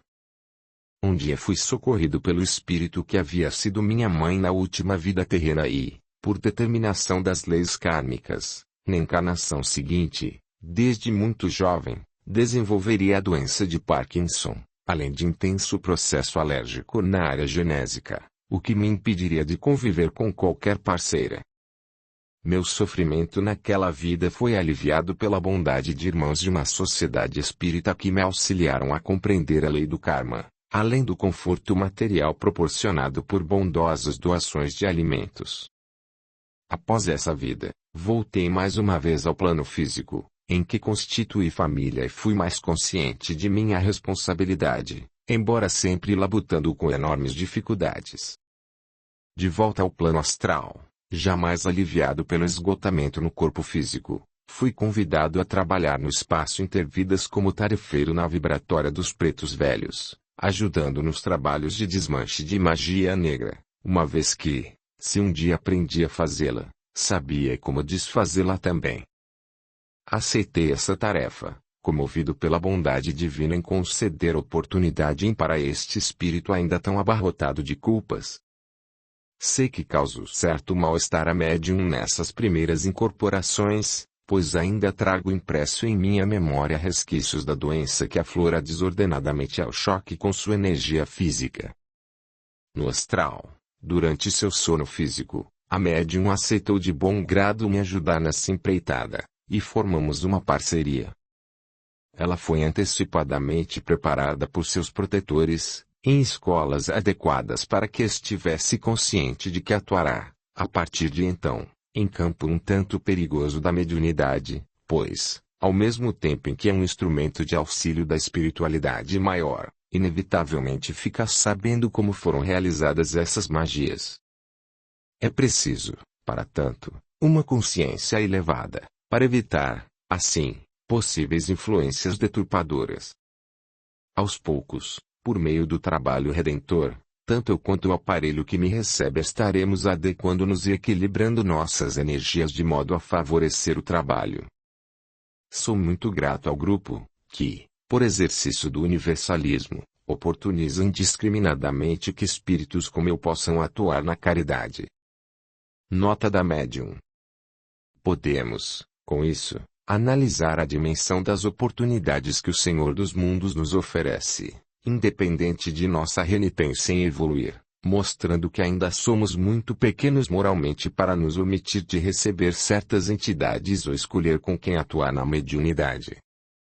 Nesse sentido, a nossa sagrada Umbanda, que abraça a todos com amor incondicional, devolve aos seres deste planeta a oportunidade de redenção, revelando que o verdadeiro sentimento do amor apregoado por muitos, mas vivido por tão poucos, é, sobretudo, sem fronteiras. O Mestre Jesus foi o ícone desse amor incondicional e desse universalismo de ideias e ações. Nunca negou oportunidade a nenhum espírito que buscasse regeneração, mas, por outro lado, também nunca realizou milagre a quem não estava querendo recebê-lo. Seguir sua trilha é opcional. Causo 37. Reencontro. Com as roupas rotas, as costas arqueadas pelo peso dos anos, era sustentada por um cajado, enquanto os pés insistiam em andar, embora calejados pela sandália gasta na aridez das estradas. Entre outros, esses aspectos faziam daquele homem de olhar bondoso uma figura ímpar e aguardada nos locais por onde passava, anunciando o amor que seria trazido por alguém que viria em breve. A menina que caminhava ao seu lado era toda a sua família. Ele a havia encontrado em suas andanças, órfã e faminta, e carregou-a consigo. Dividiam o pão que ganhavam de mãos caridosas e dividiam também uma grande afetividade, pela carência que ambos tinham de um lar. Dela, ele recebia a alegria e a ingenuidade quase infantil ainda e, em troca, ele retribuía com o amparo de uma companhia segura e com os ensinamentos de um mestre. Alguns anos e muitas estradas percorridas, além das histórias vividas em conjunto, quando, por vezes, eram alegremente recebidos por seres bondosos e carentes da mensagem sábia e confortante que distribuíam e quando, outras vezes, sentiam-se tristes, por encontrarem em seus caminhos corações endurecidos. A parceria não acontecera por acaso, pois existia no astral uma programação prévia. Em épocas remotas, adensaram seus espíritos atuando na maldade, quando a rivalidade de dois magos havia instigado a revolta e a derrocada de todas aquelas almas que agora doutrinavam. Após o desencarne, haviam continuado essa luta em glória no astral inferior, até o dia em que as forças se esgotaram e só então aceitaram o retorno à luz. Diante do passado tenebroso, traçou-se um comprometimento de unirem-se na miséria de uma vida terrena e exaltarem o amor a tantos quantos fosse possível. Havia naqueles espíritos muita sabedoria, e esta era a ferramenta escolhida para desafogar suas consciências culpadas. Naqueles dias de tempo seco e quente em que cada gota d'água era preciosa, sentados à beira de uma das raras vertentes encontradas naquela região árida, olhando o brilho das estrelas, o velho falava de outros mundos e de anjos que lá habitavam. A menina, com os olhos fechados, ouvia silenciosa, enquanto em sua mente as imagens se formavam, como se já conhecesse tudo aquilo.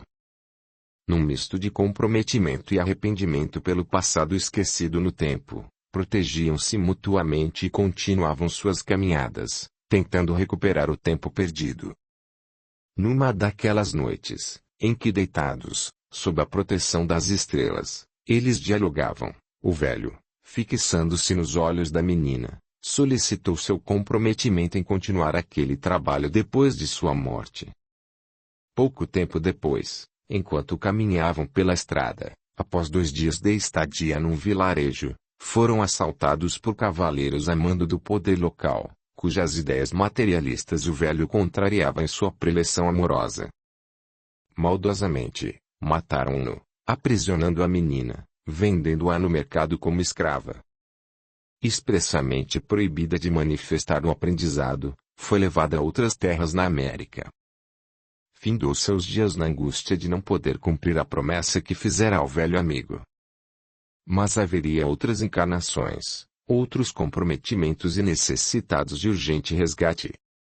Cada um seguiu seu caminho, até reencarnarem novamente, dessa vez em terras brasileiras, após quase 2000 anos depois da vinda daquele a quem anunciavam naqueles tempos de pregação no Oriente.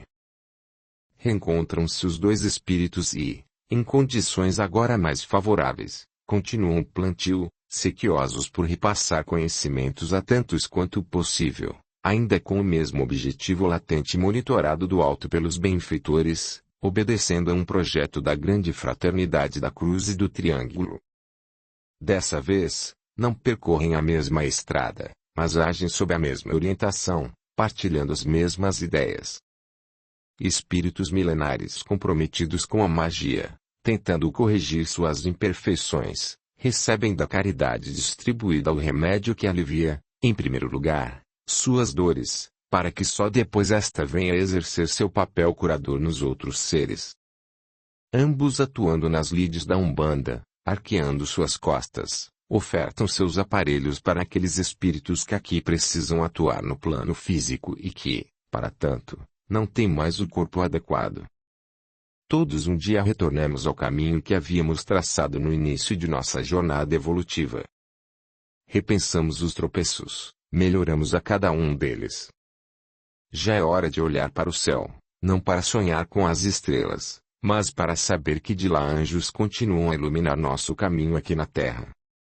A nós cabe aproveitar essa luz e não mais desviar a rota. Ainda existem almas a serem resgatadas, consciências a serem aquietadas, e ambos conhecem o serviço a ser feito. Por isso prosseguem com o plantio, aguardando o dia em que a colheita será dadivosa, sinalizando, então, que as ervas daninhas foram extirpadas. Causo 38. Padre José.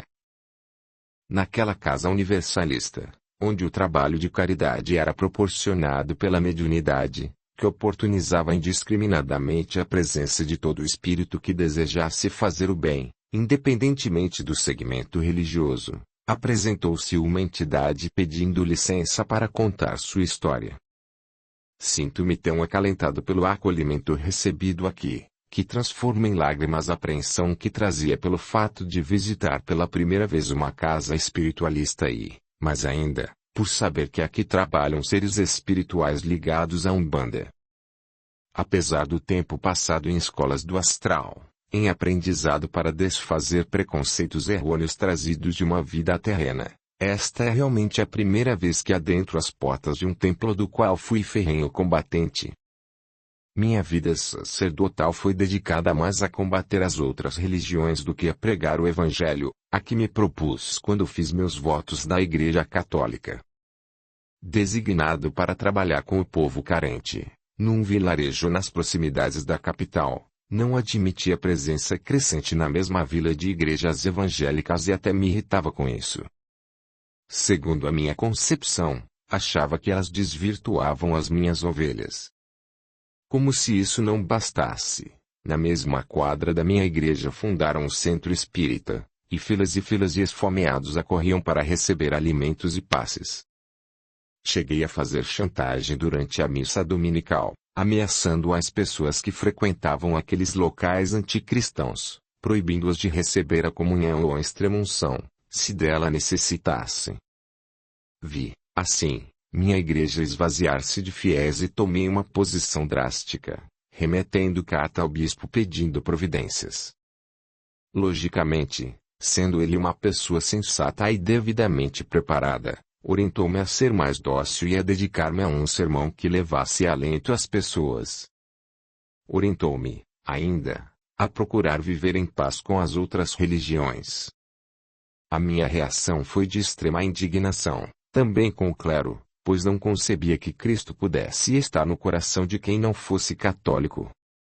Tomado pela raiva e passando noites em claro remoendo esse sentimento destruidor, esqueci-me de buscar para mim mesmo aquilo que supunha dar aos fiéis, o perdão dos pecados, e me transformei num poço de amargura. Em pouco tempo fui perdendo vitalidade e adoeci, com sério problema cardíaco. Afastado da igreja e tomado pela depressão, não tardou meu desencarne provocado por um infarto. Vendo-me vivo ao lado do caixão, entrei em total desespero. Perambulei pela igreja e pelos arredores por um bom tempo, pedindo ajuda àqueles a quem eu ajudara, mas era ignorado por todos. No auge da dor, com minha consciência acusando não ter cumprido devidamente minha missão sacerdotal, sentado em frente ao altar, implorei a Jesus o seu perdão e desmaiei. Acordei em ambiente iluminado, auxiliadas por várias pessoas que vestiam branco e que me aproximaram de uma senhora, cujo rosto eu reconhecia como de uma das frequentadoras daquele centro espírita. Meu desalento era tanto que só o que pude fazer foi pedir ajuda, adormecendo em seguida. Dessa vez, acordei numa aconchegante cama hospitalar, com a presença de meu pai, já desencarnado, ao meu lado. Seu sorriso e a saudade que sentia dele, aliados ao bem-estar que experimentava, não me deixaram sentir medo nenhum. Foi ele quem me deu as devidas explicações e me encaminhou para o aprendizado de que precisava naquele mundo. Depois disso, só me restava o arrependimento, com a certeza de que precisaria ressarcir o mal que praticara a mim mesmo e a outros irmãos, cego pela obstinada ignorância. Quando levado às frentes de trabalho, optei por servir num centro espiritualista, e aqui estou para oferecer meus préstimos no ambiente espiritual desta casa, cujo histórico repercute no mundo astral como exemplo a ser seguido por outros templos religiosos, além de referencial a quem deseja trabalho sério e comprometido com a luz. pouco entendo do serviço a que me propus, mas, com humildade, estou aqui como aprendiz. Não tenho pretensão alguma e ficarei feliz se puder realizar a tarefa de limpeza, no final dos trabalhos. Basta-me a felicidade de provar a mim mesmo que estive enganado quando discriminei sem ter conhecimento, perdendo a oportunidade de ter sido mais feliz na vida física evitando tornar-me um potencial suicida. Acho que meu sacerdócio começa hoje, aqui dentro de uma casa que me acolhe, independentemente da religião que segui na vida, apenas como um irmão. Com base no que observei no vosso trabalho, refaço totalmente meus conceitos sobre tudo o que acreditei ser certo ou errado diante de Deus. Envergonhado, concluo que eu quis me apoderar de Cristo, sem nem mesmo conhecê-lo, pois, fechado em minha prepotência, não o poderia receber nem mesmo por meio da hóstia sagrada. Engoli apenas a matéria de que ela era feita, mas, energeticamente, nada absorvia. Sei que preciso e quero assumir, com a Umbanda, um trabalho na caridade. Preciso burilar meu espírito para depois retornar ao ponto de partida. Quando me for permitido, solicitarei uma vaga em algum templo católico, para auxiliar a espiritualidade no trabalho de universalizar as mentes. Tentarei evitar que os outros irmãos desvirtuem o sentido do Evangelho com preconceitos e que dele façam degraus de evolução, para si e para todos os fiéis que buscam nos sermões dominicais algo substancial para suas almas. Se uma religião combate o tipo de fé de outra, é por não estar segura da sua. Se uma pessoa julga seu semelhante, por não comungar consigo nas mesmas lides espiritualistas, é por duvidar do caminho por onde transita. Todos os processos são bons, onde eles se afiguram. Horizontes da Mente, Miramês, João Nunes Maia. Causo 39. Liberdade. A família já se encontrava desestruturada em decorrência das bebedeiras diárias de seu Antônio, que agora o tornavam uma pessoa grosseira e até violenta. A única que ainda permanecia ao seu lado, embora contrariada, era sua esposa, que se abatia a olhos vistos. Antigamente ele se embebedava após algumas garrafas, hoje, no entanto, bastavam apenas alguns goles. Apesar da idade avançada e de todas as deficiências que sua saúde física vinha apresentando, não concebia a ideia de largar o vício. Sua filha, penalizada, solicitava ajuda num terreiro de Umbanda a um preto velho que acessava, por ela, a história ancestral daquele espírito endividado com as leis. Ele havia sido um poderoso senhor de engenho da época escravocrata do Brasil. Dono de imensa quantidade de terras, mantinha uma das maiores plantações de cana-de-açúcar da época naquelas paragens, bem como cerca de meia centena de escravos escolhidos a dedo nas feiras de negros. Apesar de genioso, aquele homem alimentava muito bem seus escravos, com a intenção de que pudessem se tornar negros fortes para servir como burros de carga. Não admitia, porém, desobediência às suas ordens e, quando isso ocorria, fazia questão de puni-los pessoalmente. Havia estabelecido em suas propriedades a lei de que nenhum produto ali cultivado ou fabricado poderia ser usado ou consumido pelos escravos sem sua ordem prévia. Obviamente, seguidamente escapavam de suas vistas alguns pequenos furtos, principalmente da tão apreciada cachaça, fabricada por eles de maneira especial para ser exportada às terras de Portugal e consumida pelos nobres. Os pobres negros, cansados da lida, sem direito ao descanso necessário, sorrateiramente, durante o serviço, tomavam alguns goles da bebida tão cobiçada. Um desses acontecimentos foi flagrado pelo filho do patrão, que não tardou em comunicar ao pai, atiçando sua ira.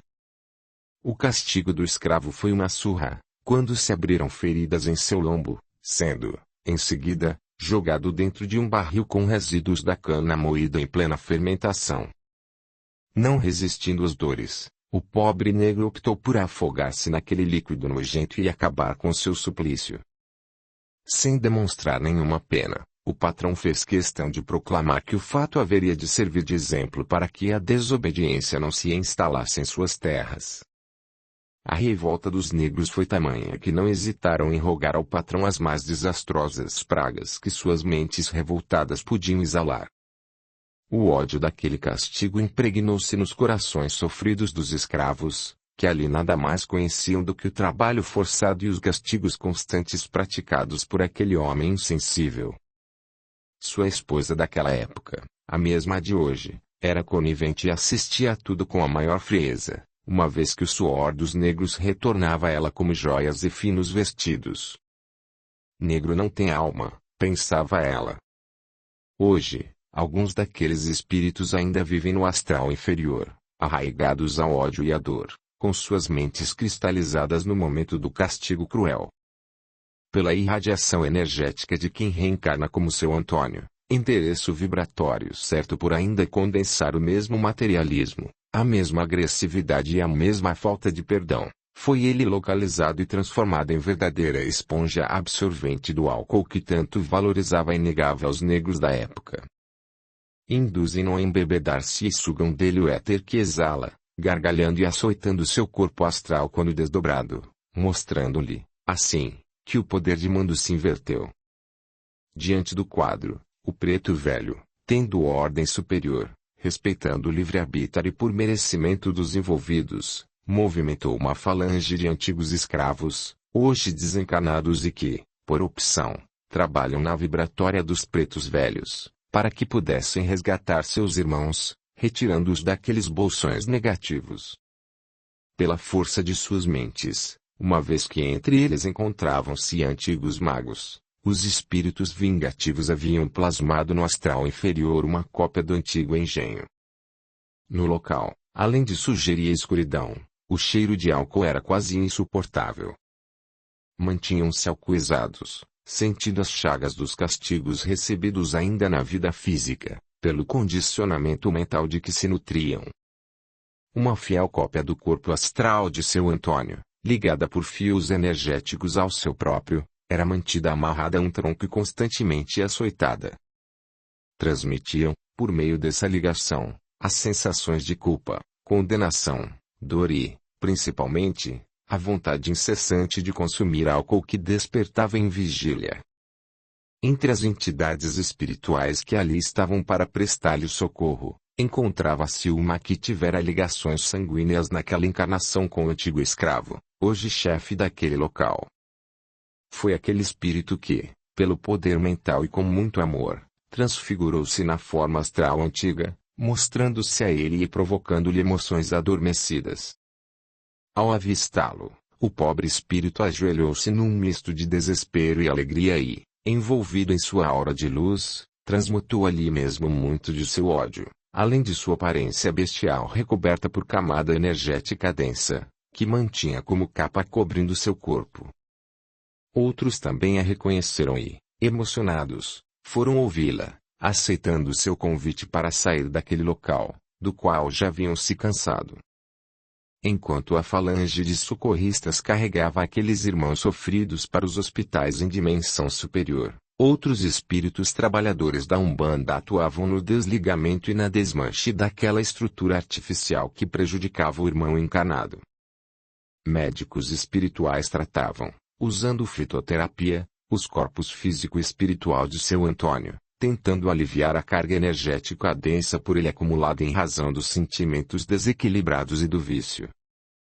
As salamandras foram convocadas para realizar a queima daquele foco, que, posteriormente, foi visitado pelas ondinas, transformando o lugar num ponto apto ao socorro. Ajuda foi prestada, se não a seu Antônio, que precisaria de conscientização para que as mudanças se processassem de maneira eficaz. Aqueles pobres espíritos que fazia mais de século sofriam agarrados ao pior dos sentimentos, o ódio. Talvez um dia, ainda nessa encarnação, eles mesmos possam prestar auxílio ao antigo algoz, induzindo-o a abandonar o vício. Todos os dias, graças a Deus, o amor transforma e constrói, dando-nos a certeza de que nosso planeta não está condenado a viver muito tempo como local expiatório. Daquele momento em diante, Tudo dependerá do exercício da vontade de seu Antônio, pois, não havendo mudanças, ao desencarnar estarão impressas em seu corpo espiritual, além de todas as características pessoais da última encarnação, também e principalmente as de natureza emocional agregadas ao seu corpo astral. Esse corpo plasmático é o envoltório que sustenta o nosso corpo energético ou etéreo, em que se localizam nossas usinas transformadoras ou chakras. Do outro somos transparentes. Nada se esconde, nem sentimentos nem pensamentos, e todas as nossas máscaras caem por terra. Por ainda sermos cegos dos olhos espirituais, ignoramos o imenso benefício que tantas vezes recebemos num único atendimento de preto velho. O que não enxergamos está sendo feito no plano astral, onde se movimentam falanges de benfeitores, as quais desconhecemos. Saravá todas as bandas do Umbanda. Audiolivro realizado pelo canal Surya Chand Audiobook. Causo 40. Resgate. Salve o Filho da Cruz. Salve a todos os filhos de fé. Num dia em que as hostes celestiais reunidas decidiram que havia se consumado o resgate, intuíram a Redentora e, colocando um exército de luminosos espíritos, guerreiros da luz, à sua disposição, impulsionaram-na a assinar a libertação. As trevas, da mesma forma, assustadas com tamanha movimentação celestial, resolveram se pôr em guarda para impedir a ação da luz, fosse para o que fosse.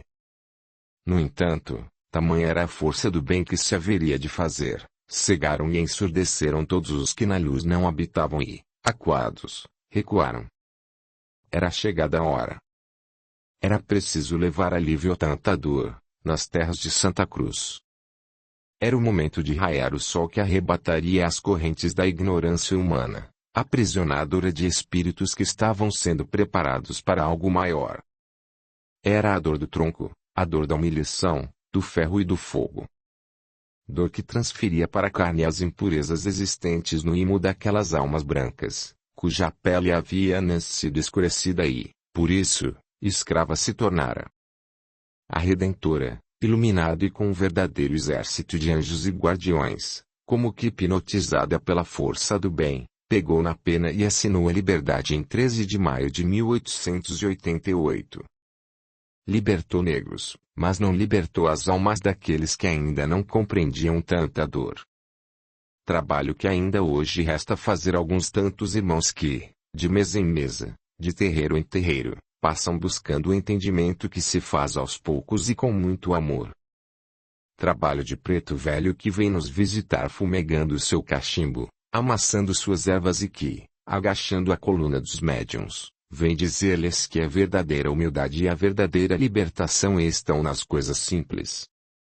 Ora sassaricando e trazendo alegria, ora falando sério e orientando, vem dizer a todos que ainda não encontraram o caminho que a Redentora foi o início da liberdade negra, mas que a redenção está dentro de cada filho de fé. Vem mostrar que só há um caminho: o do bem.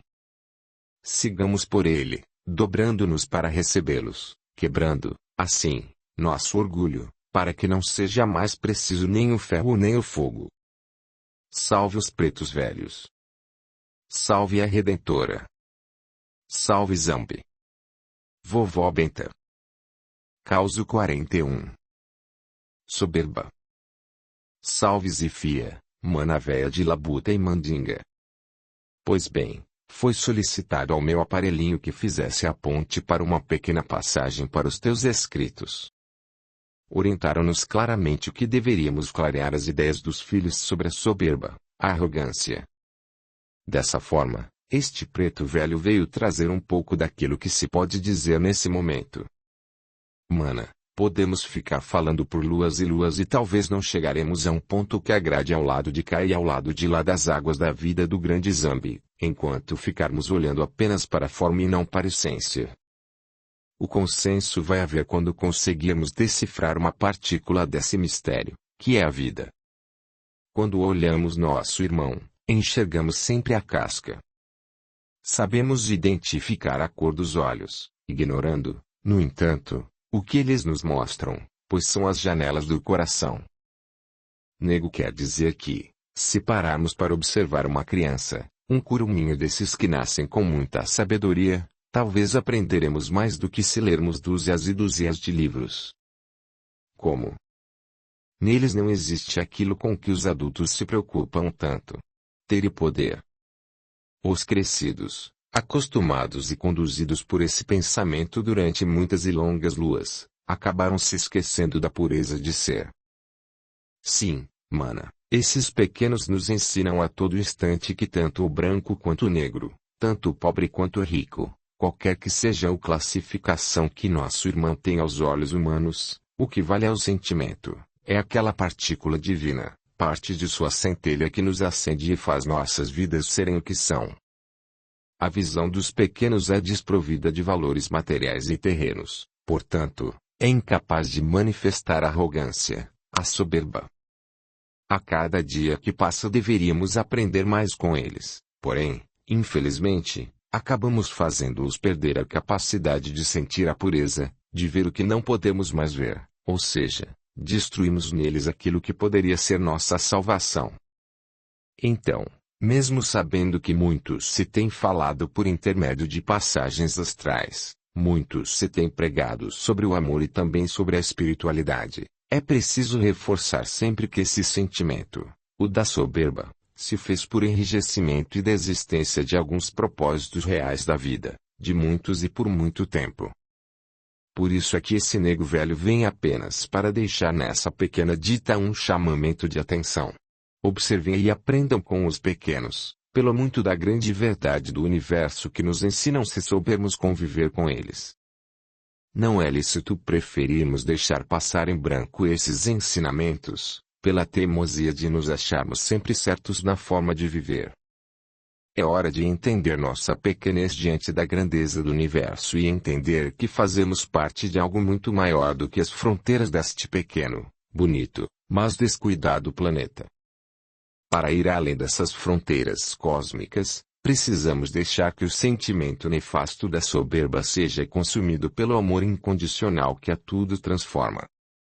Sejamos crianças. Amemos sem cobranças, amemos apenas por amar, com a simplicidade como as crianças o fazem, assim como nos instruiu o grande mestre. Saravá, Vó Benta. Saravá, Umbanda Sagrada. Saravá todos os orixás. Saravá todas as bandas que fazem o bem pelo bem. Nego Tião. O bem e o mal que fazemos decorrem das qualidades que possuímos. Não fazer o bem quando podemos é, portanto, o resultado de uma imperfeição.